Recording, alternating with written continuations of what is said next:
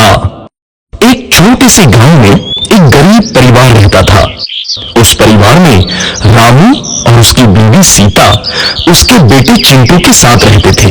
उसी गांव में एक तोता भी रहता था। उसका नाम था रघु। वो किस्मत का धनी था। जहां भी जाता वहां किसी भी चीज की कमी नहीं पड़ती थी। एक दिन रघु उड़ते उड़ते उस गरीब परिवार के घर गया। रघु सोचता है, अरे वाह, लगता है यहाँ आज बहुत अच्छा खाना मिलेगा। मैं पेट भर के खाऊंगा। वो एक कटोरी में रखे अमरूद देखता है। अरे वाह, अमरूद, मुझे तो ये बहुत पसंद है। मैं तो इसे पेट भर के खाऊंगा। रघु तोता अमरूद खाने ही लगता है। तभी सीता रघु को अमरूद खाते देखती है तो गुस्सा हो जाती है और उसे वहां से भगा देती है।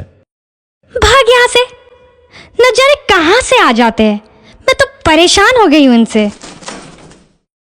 सीता के भगाने के बाद रघु चुपचाप से एक कोने में रहता है। धीरे धीरे उस परिवार की बरकत होने लगती है। एक दिन रामू और सीता खाना खाते वक्त बातें करते हैं। आजकल हमारी बहुत तरक्की हो रही है, काम भी अच्छा चल रहा है। रामू कहता है। इस पर सीता कहती है, सच कहा, भगवान हमेशा ऐसे ही हम पर मेहरबान रहे। बेटा चिंटू भी कहता है, पिताजी, मुझे खिलौना लेके दो ना, मेरे सभी दोस्तों के पास है। रामू कहता है, ठीक है, जरूर लाऊंगा।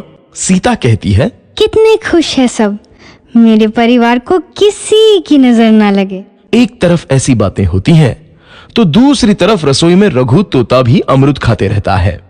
मजा आया, अमरूद खाया, मजा आया, अमरूद खाया, मजा आया। तभी सीता रसोई में आती है और रघु तोते को अमरूद खाते देख बहुत गुस्सा होती है। सीता रघु को बाहर निकालने के लिए पिंजरे में अमरूद रखती है। रघु जब अमरूद खाने लगता है तो पिंजरे का दरवाजा बंद हो जाता है और वो उसमें फंस जाता है। मुझे बाहर निकालो, मैं यहाँ फंस गया हूँ, मुझे बचाओ। अगले दिन सीता पिंजरा उठाकर बाहर दूर उस रघु को छोड़ देती है। रघु के जाते ही उनके घर आई बरकत धीरे धीरे कम हो जाती है। उन्हें बहुत घाटा होता है। सीता कहती है, ये क्या हो रहा है, अचानक इतना कैसे बदल गया? अभी तक तो सब कुछ अच्छा चल रहा था। रामू कहता है, लगता है भगवान हम पर रूठ गए हैं। चिंटू भी कहता है, लगता है अब मुझे खिलौने भी नहीं मिलेंगे। और वो रोने लगता है और बाहर चला जाता है। कुछ दिन बाद रघु तोता फिर से उस घर में आता है। वापस आया, मैं वापस आया, अब मैं जमकर अमरूद खाऊंगा। रघु सीधा रसोई घर में चला जाता है और अमरूद खाने लगता है। कुछ देर बाद सीता रसोई में आती है और रघु को देख कहती है, एक तो घर में पहले से इतनी दिक्कत चल रही है और ऊपर से ये तोता मुझे और परेशान कर रहा है। सीता रघु को वहां से भगा देती है। रघु उड़कर किसी कोने में छुप जाता है। कुछ दिन बाद धीरे धीरे उस घर की बरकत वापस आने लगती है। काम भी अच्छे से चलने लगता है। एक रात जब रघु तोता अमरूद खाने जाता है तो पिंजरे में फंस जाता है।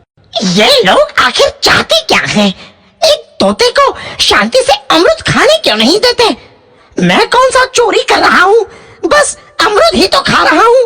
तभी रामू वहां आता है और पिंजरे में रघु तोते को देख उसे बाहर छोड़ देता है। ये तोता भी कितना जिद्दी है, बार बार वापस आ जाता है। जैसे ही रामू रघु को छोड़ देता है, अगले दिन से फिर से उनके घर की बरकत जाने लगती है। काम में घाटा होता है।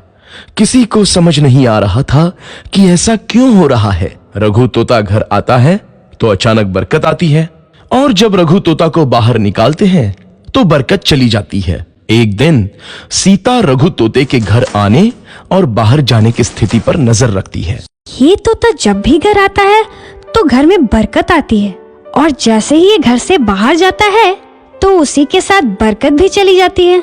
कहीं ये जादुई तोता तो नहीं है? अगली बार जब ये तोता घर आएगा तो मैं इसे कहीं नहीं जाने दूंगी। सीता रघु का बहुत इंतजार करती है, लेकिन रघु तोता दोबारा उस घर में कभी नहीं आता।